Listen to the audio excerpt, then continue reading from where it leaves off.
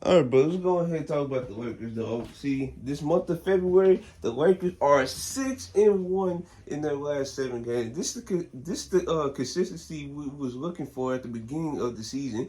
It's better late than never, I guess, because you actually want to play your best ball towards the end of the season anyway. So, I guess, but the Lakers are the nice seed right now. That now they do have the potential to move up because teams like the Mavericks, the Kings, teams of that nature. Yeah, they gonna probably have a tendency to lose if they're not consistent. Even the Lakers have a tendency to try you know cruise control their way back into game like settings because it's gonna be a long break for the NBA because of the All Star break this Friday. I just want to talk about like how folks was like so willing to give up on Darvin Ham. This is why I was hesitant on trying to fall in line of the Lakers should get rid of Darvin Ham. I'm so sick and tired of him. His play call. Listen, I understood like certain aspects of why folks wanted Darvin Ham gone, but folks just wasn't thinking clearly because Rui Hachimura, he had concussion, he had nose injury, he had calf injury. Okay, Jay Vanderbilt, it took him a while to come back from that heel injury. Now he's back out with another foot injury, right? LeBron AD, this is the most consistent. They've been healthy all season. Gabe Vincent, he played 2 or 3 games. Then now he's on the shelf. He came back in the in-season tournament. I was like, okay, this is what I'm talking about. Then after like 1 or 2 games, then he's back out, and they say he's gonna be back in March.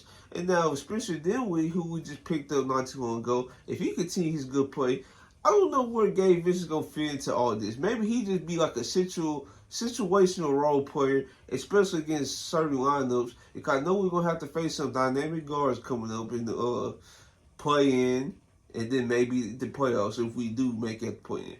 But yeah, let's see who else. Uh, D'Lo, he was out for a couple games. I think they 0-4 without D'Lo. That's not good.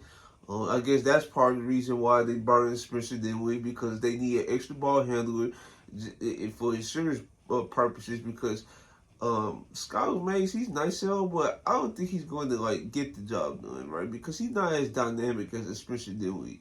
Um, Let me see. I could be missing Max Christie. He just went down with an ankle injury. And it's unfortunate because his play was trending upwards. Now he's out. Cam Reddish, he been like in and out the lineup. I remember at one point he had hurt his groin. Then he hurt the other side of his groin. I'm like, what? How? And then he was dealing like with knee injuries and stuff like this. They would play him in the first half, then he would sit out the second half. He did that for 2 or 3 games straight until they said, okay, we got to shut this down and we got to figure out something. And then when he come back, he twisted ankle against the Clippers when he was actually having a great defensive game. He had 3 blocks. I felt he had 9 points, and that was, like, good. Like, this is the stuff I'm talking about. Now, he's not going to bring a 3-point shooting like a Taurean Prince, but he's definitely could bring better defense than Taurean Prince. I can tell you that much. And if you want to live with, like, it depends on what you want to live with. And in my opinion, I'm always going to side with the defense. That's why I said, what's it called? Cam Reddish should play more. He should still keep his minutes like when everybody comes back. Now, ideally, when everybody comes back, I don't think he's gonna get his like minutes back because look what we have like on our team. So Jared Vanderbilt, that's the question mark right there. So if we just X him out, so we have D'Lo, we have Reeves, we have LeBron, Rui Hachimura, AD, right? This is the lineup I wanted in the preseason, but Rui Hachimura was like inconsistent in the preseason. That's why they didn't start that lineup. Then after that, our backup guard that Spencer Dinwiddie. Maybe Cam Reddish or Gabe Vincent could slide at the 2. Maybe they side with Gabe Vincent in that case. But Cam Reddish is gonna probably come back way faster than Gabe. Then for the small forward purposes, I think they still because LeBron.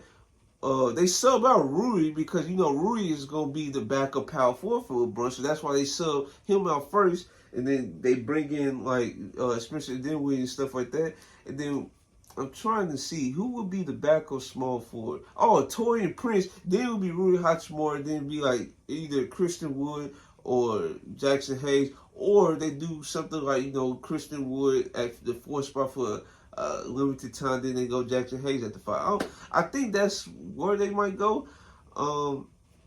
I know I do. I think Torian Prince is definitely going to keep his minutes. Now, the backup 2 spot is definitely questionable because, in my opinion, I proposed this earlier. Are they going to see Gabe as like a backup 2 for them and have like Spencer Dinwiddie?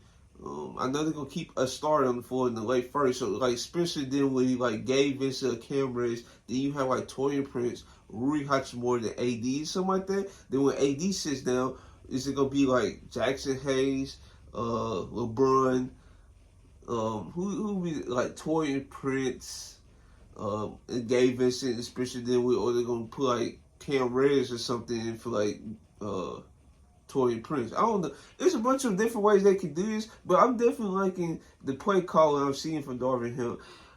The play call has been way consistent, and I feel like I might put it up on the screen right here because Coach Ham talked about like why was the play call been so consistent as of late, because not only is he calling plays, D'Lo's calling plays, Austin Reeves calling plays, LeBron James calling plays, and I feel like Spencer Dinwiddie, he's been running the offense pretty well. So once he get adjusted to the offense, I feel like he's gonna start calling plays. Now, folks having a problem with this, I just don't understand, because this is not football when you have the head coach or in the offensive coordinator trying to talk to the quarterback at once. That's never gonna work, right? But in basketball, you always need the lead man to know the offense and try call plays as they see fit. I just don't understand that. That's why, if anything, that's mostly the reason why the offense was struggling, because only like 1 or 2 people is like communicating the offense and what they want to do. That's not gonna work. It didn't work. That's why when you have more people like the main ball handlers of the team that knows the offense and want to dictate stuff, and they very good communicators, I don't see the problem of having multiple talkers or people that's very. I'm trying to see how I phrase this, but multiple people that knows the offense, like know how to communicate the offense. I don't see the problem with that whatsoever. And as you can tell, look at our offense. So yeah, I definitely like what I see from the Lakers. Hopefully they can continue off this long break. I know how the Lakers is coming off breaks, especially LeBron James, because he take a long time to get into gear after long breaks. I've been knowing this since he's been a Laker, especially the last couple years. Like it's been well, not, yeah, I say last couple years, but yeah, it's been a ride. That's all I gotta say. It's been a ride. So hopefully the Lakers can now hopefully the Lakers can nab like a 6 seed, which is probably unlikely, but I just hope they nab it just in case. I don't know how they gonna do in this play-in. Now, so far they 2-0 in play-in situations, but I don't know how far. Like, if they face the Kings or something, I would be afraid, because at that point the Lakers have been I don't know. They just haven't been just putting a stamp on games against the Kings, and the Kings is so up tempo and stuff. It's hard to put them away. The Mavericks, I would be afraid of them too, because Kyrie and Luka, they are so dynamic in the ball handling situations. Yeah, that would be very, very tough. I feel like the only team that the Lakers I feel comfortable beating in a playing situation is really the Warriors as of right now, because Klay Thompson being washed. Now, Jonathan Kuminga, he's been good, but I feel like the Lakers can stop him. Draymond Green being a negative on offense can help a little bit. It's we already seen this story 2 times already in the LeBron AD team, where they can slow down the Warriors offense when they can.